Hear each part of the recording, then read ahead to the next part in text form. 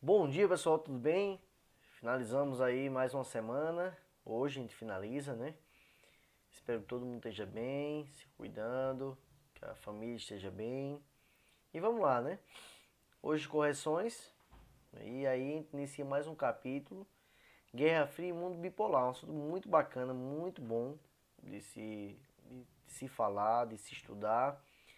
A gente vê muito isso em história, acho que vocês devem ter visto. Se não viram, ainda vão ver esse assunto. É um assunto que vocês vão levar para a vida de vocês. Cai muito em concursos públicos, em vestibulares que vocês vão, né, no futuro aí fazer, em provas seletivas.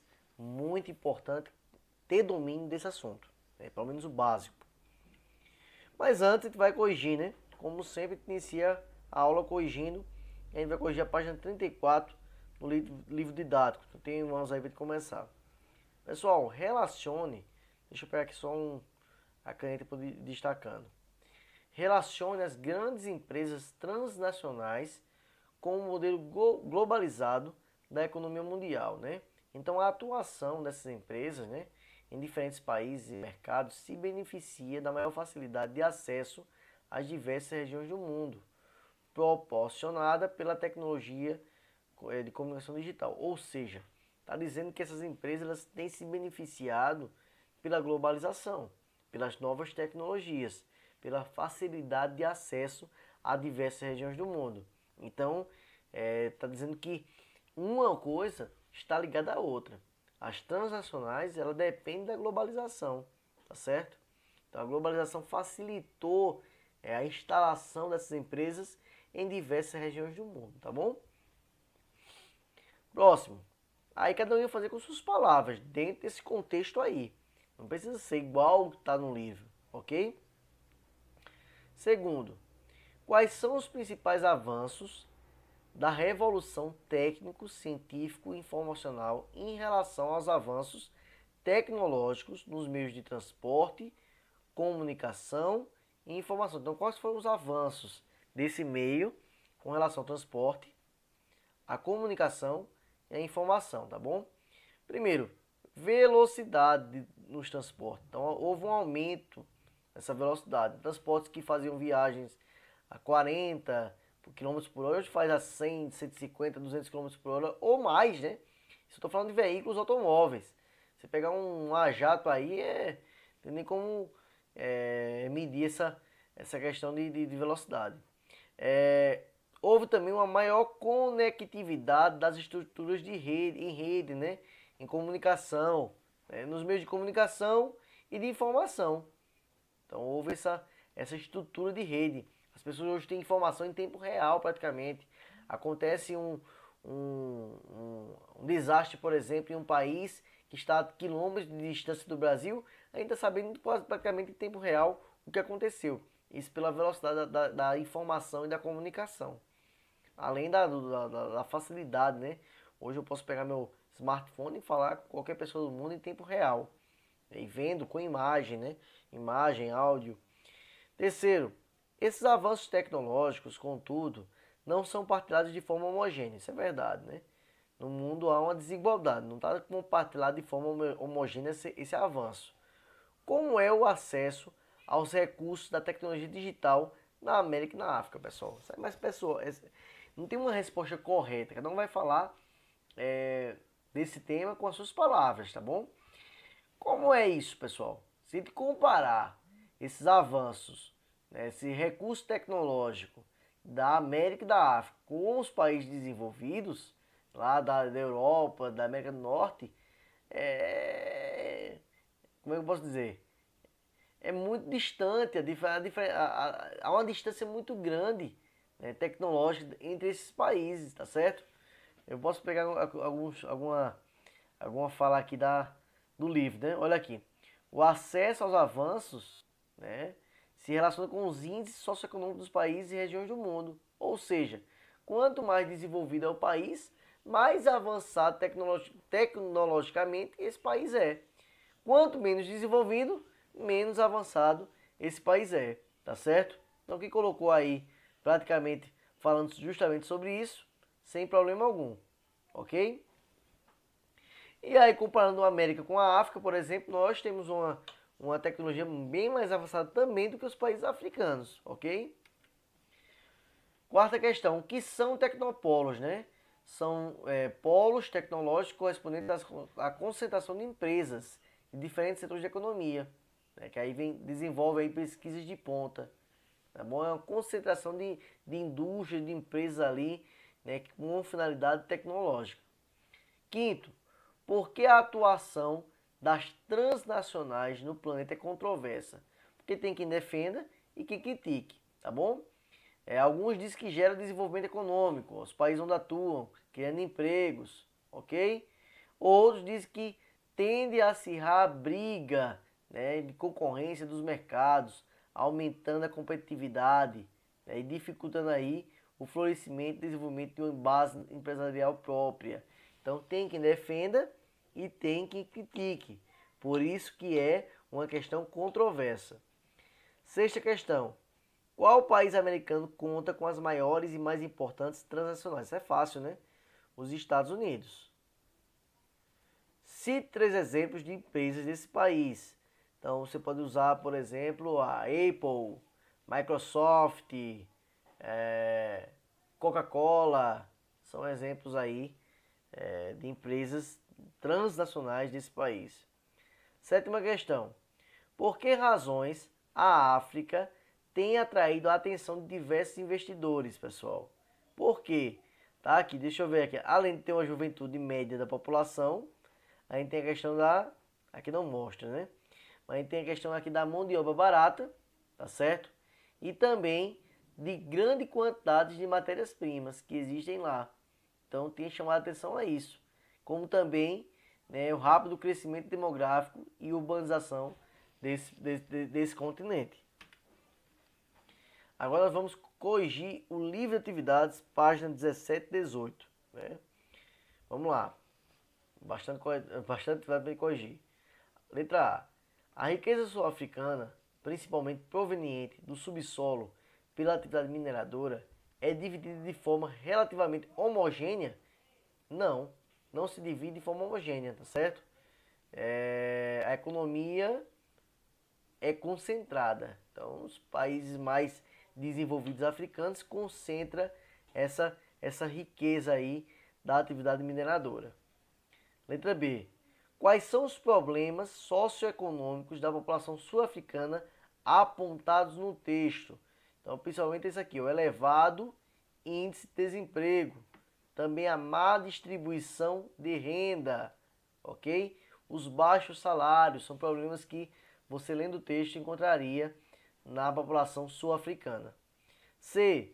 Pesquisa a posição e o índice de desenvolvimento humano da África do Sul no último ranking PNUD.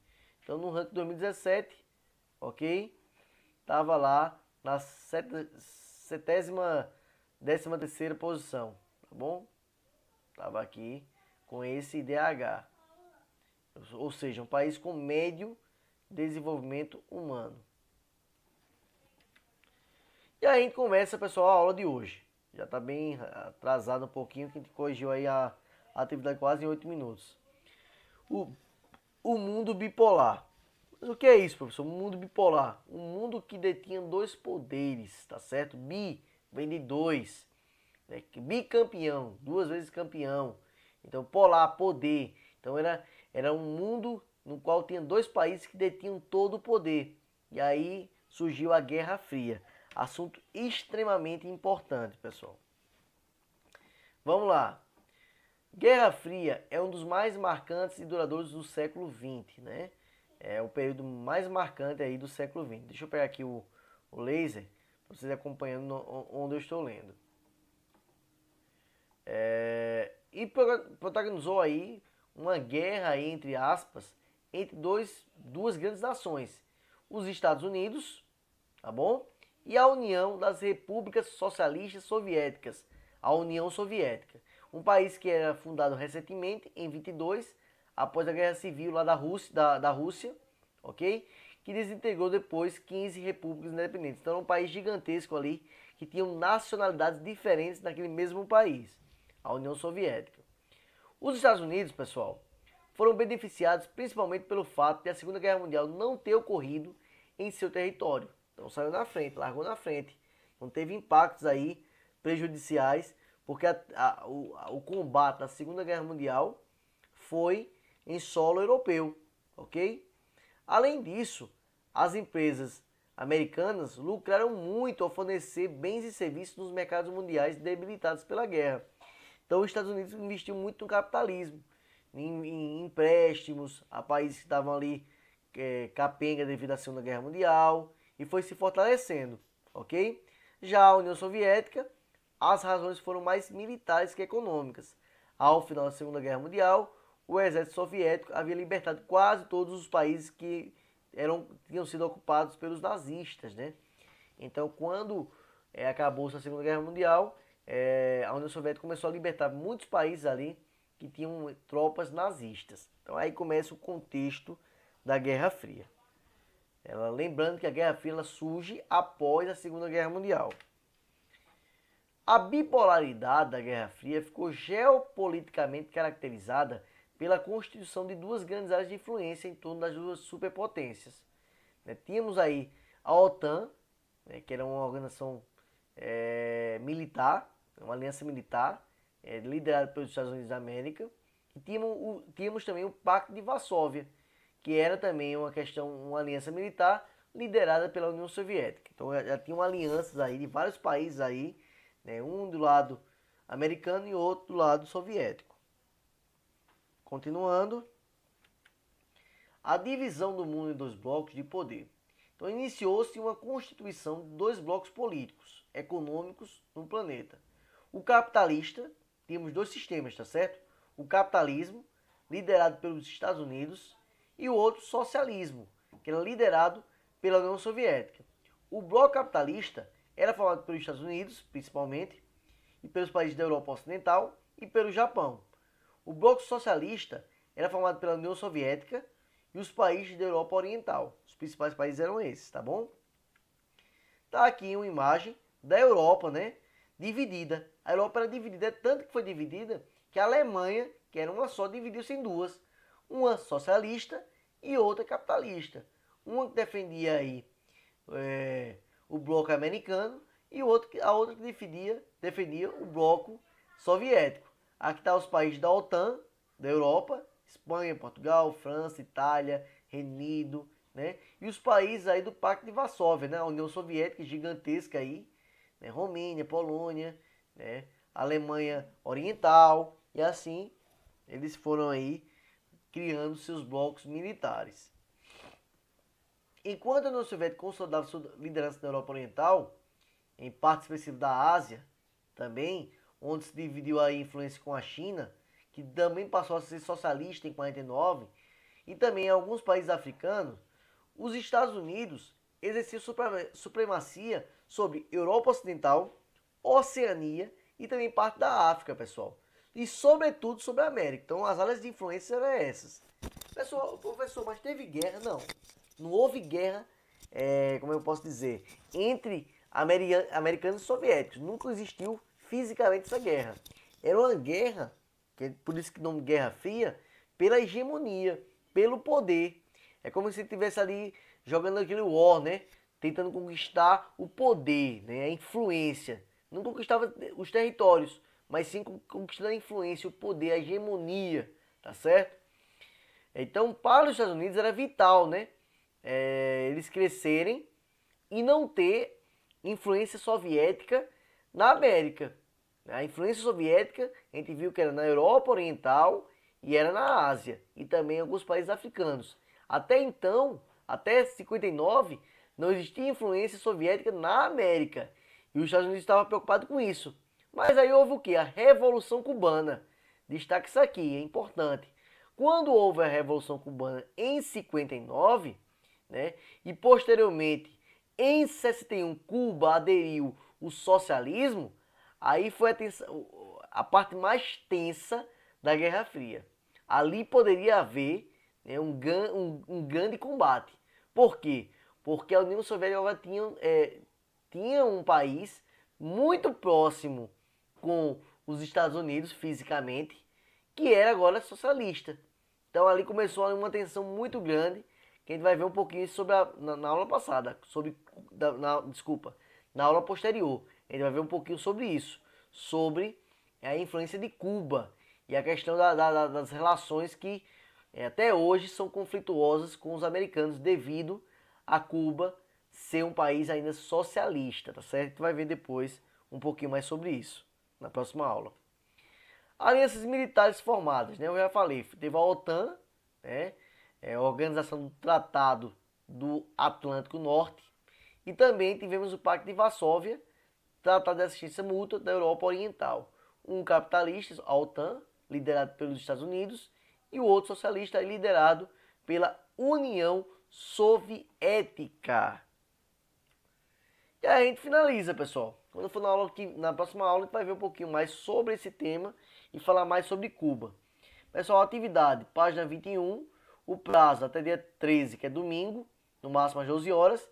E hoje nós teremos, né, o Tira Dúvidas mais a hora do desafio às 10h30 pelo Zoom. Então, eu conto com vocês lá, tá bom? Pelo Zoom, anota aí às 10h30 pelo Zoom. Fique com Deus, pessoal. Até a próxima. Tchau, tchau. Vamos lá.